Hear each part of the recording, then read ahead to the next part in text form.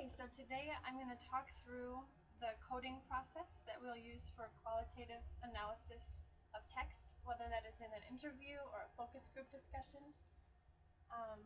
This is a step of research. So I have an example transcript here, and this was from, I just made it up. It's a focus group that is talking about the barriers or facilitators to travel in a Wisconsin winter.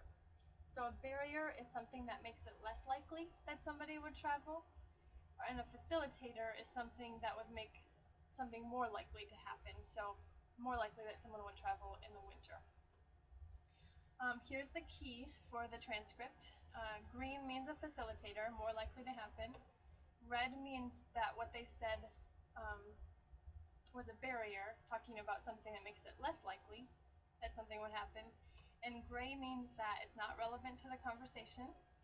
And yellow or highlighted means that you're unsure and you would like to talk about it with the rest of your research team as you continue to code. So our columns here, we have the speaker. So there's a moderator of the focus group, and then each participant down the side. And then the next column is the meaning unit, which is basically most of the things that they said, taking out some irrelevant information. And then there's a condensed meaning unit.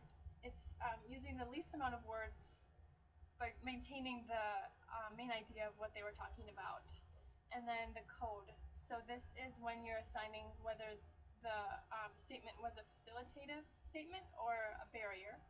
And then you also write the name of a category. So what you would categorize that barrier or facilitator as. So we can go through a few examples here. So you'll notice that all of the moderator statements are gray and not relevant because we're only wanting to look at what the participants were saying for the research. So participant 1, how has this winter affected your travel? It doesn't affect me much. I keep jumper cables in my trunk in case my car doesn't start in the cold. So condensed, that's I keep jumper cables in my trunk. So I thought this was a facilitator. It makes it more likely that this person will travel in the winter because they're prepared with emergency supplies. Then we have participant 2 chiming in, says, yeah, I keep a blanket and boots in my trunk too. I go out more often knowing that I'll be prepared. So keeping a blanket and boots in the trunk, I'll be prepared. I think it was the same code, a facilitator, because of preparation of emergency supplies, so the blanket and boots. And notice that this person said, I'll be prepared. So I tried to use preparation as one of the category descriptors so that it just remains authentic to the person and what they actually said.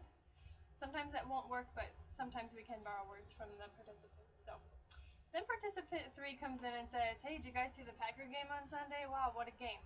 This has nothing to do with traveling in Wisconsin winter, unless he continued to say, man, I would travel farther if I knew the Packer game was on. I would drive to Green Bay. And so that would be a facilitator, was having something really important to go to. You would continue to travel. But he didn't say that, so this is just irrelevant, and I coded it gray. Participant 1, anyway, I do hate that my car doesn't heat up very quickly. If the trip isn't needed ASAP, I'll skip it. So car isn't heating up very quickly. I said that's a barrier, the quality of the car in the winter.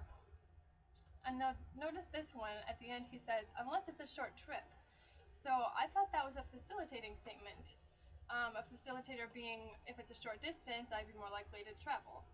So you can split up what they say into 2 different categories. So don't be afraid to split it up.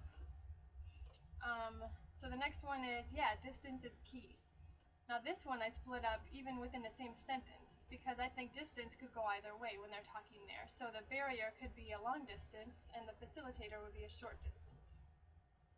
So one time I had to drive in the middle of a blizzard. The snow was coming down like I was in a snow globe. It was flying into the windshield. It was so thick I couldn't see in front of me. Never seen so much snow in my life. Participant 3 goes on and on and on. They have a lot to say here, but it all is coming down to the barrier of traveling is snow. So it made it impossible to drive. So even though he said a lot of things, it all has one code. So it is okay to have a lot of text and having the same, just a small code.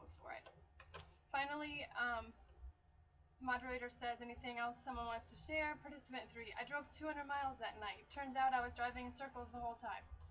Okay, so I'm not quite sure how to code this, and so I highlighted in yellow. I didn't know whether the long distance, him going 200 miles, was a barrier, or if it was still, since he was in a blizzard, that he was driving in circles. So I just want to talk with my research team about that, and we'll go through that all together. So that's just a snippet of what it would look like to code a transcript. And then what we'll do is each of us will individually go through this and choose our barriers and facilitators and then label the categories.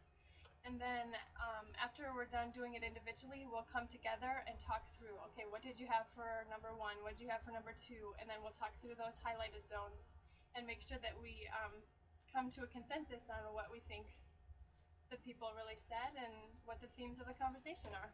So, if you have any questions, don't hesitate to ask, and I hope that you learned a lot about coding process.